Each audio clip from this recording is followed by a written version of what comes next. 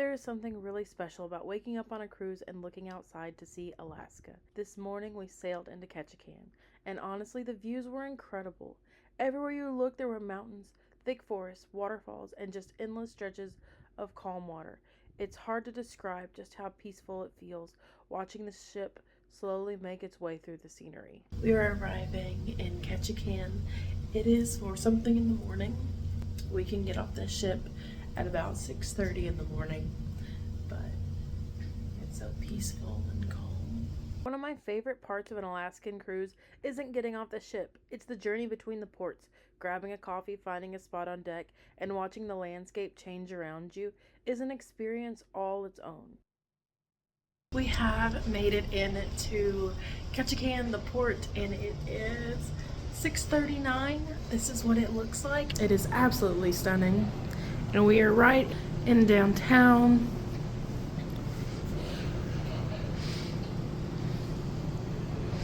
But our plan for today is just to explore and walk around. But this is the view from our balcony. And I'm so excited. This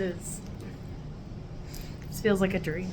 Like, ever have one of those moments where you're like, I never thought this would happen, you know? I've wanted to go to Alaska for a long, long time, but it never felt like attainable. But now we get to go. Ketchikan is known as the Salmon Capital of the world, and it's also famous for its colorful waterfront, rich Native American culture, one of the largest collection of standing totem poles anywhere in the world. We took the free shuttle from our port, and now we are on Creek Street, and we're just gonna explore while we're down here. One of the most well-known spots in Ketchikan is Creek Street. Years ago, this area was known as the town's red light district, but today it's one of the most charming places to visit. The colorful wooden buildings are built on stilts over Ketchikan Creek, and it's full of shops, art galleries, and places to grab a snack or a coffee and learn a little bit about the history of Ketchikan. If you're visiting later in the summer, this is also one of the best places to watch salmon swimming upstream. Even when the salmon aren't running, it's still a beautiful area to walk around. Between the sound of the creek, the historic buildings, and the mountain views, it's easy to see why it's one of the most photographed places in town.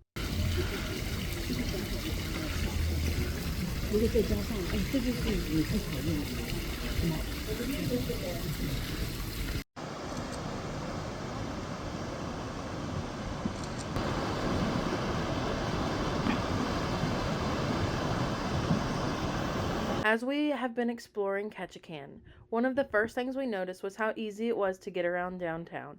If you don't have an excursion planned, there are plenty of things you can do within walking distance of the cruise port. There is also a free shuttle that makes getting around even easier. It's a great option if you don't want to walk as much, or if you're trying to see a little more of the area without spending any extra money. We always appreciate a port that has transportation like this because it lets you explore at your own pace and actually get to experience the city. We also stopped by the Tongass Historical Museum. It was a really interesting way to learn more about the area. The museum shares the history of Ketchikan, including stories about the native cultures, the fishing and logging industries, and how the town has changed over the years. One of the exhibits that really stood out to us was the giant lighthouse lens. Seeing it up close was amazing because you don't realize how large and detailed those lenses are. It's incredible to think about the role they played in helping ships safely navigate Alaska's coastline long before modern technology. Today we have taken the free shuttle to Creek Street. We walked up and down Creek Street. Then we went to the Tongass Historical Museum. We've hit a few stores on the way back, gotten some souvenirs and some magnets. And now we are walking back to see if we can find something we want to eat for lunch before we get back on the ship. But the views have been absolutely gorgeous. The weather has been amazing. I feel so lucky to have the ability to go places like this. Also, it's not even that cold, but I am freezing. But it is. I'm so thankful that I get to do things like this.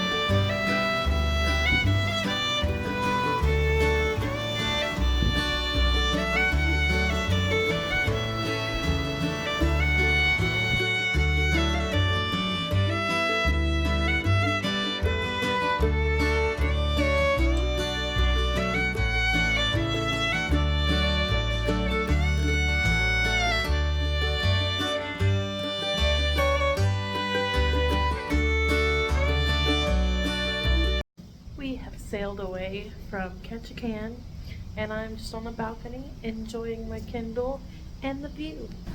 I mean, look at this. I don't know if we come back to Alaska that we're gonna get a balcony because, budget, but it is beautiful. Just being able to be out here and enjoy the view. So I want to make the most of it. So I'm out here reading. It's like 10:30 at home. I think it's like 6:30 or 7:30 here. So I'm just enjoying the view. This has been a really good day. Next time I think I would do a tour in Ketchikan. I don't think we got to experience enough of it. I think I needed a better plan. I am very glad that I brought all the warm things because that means I can enjoy my balcony. Definitely need warm hat and scarf from at least the second day, and we are in early to mid-May. So bring the warm things. I've got Jason's hoodie on and then a scarf and a hat, and it is actually quite comfortable. But if it gets any colder, I'm gonna get my coat. But I'm warm. We also had reservations for Spellbound yesterday. So if you don't know, Spellbound is Sun and Star Princess's collaboration with the Magic Castle, which is a members only magic place that you can go to in Hollywood. And this is their speakeasy concept for a cruise ship.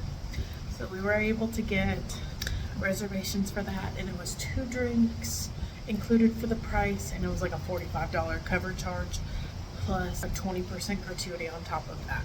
This is the end of the day for our Ketchikan day because it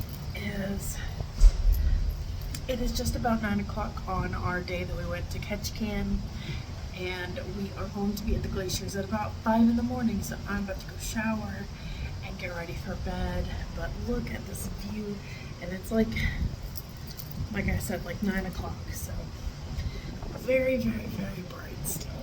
But look at the view.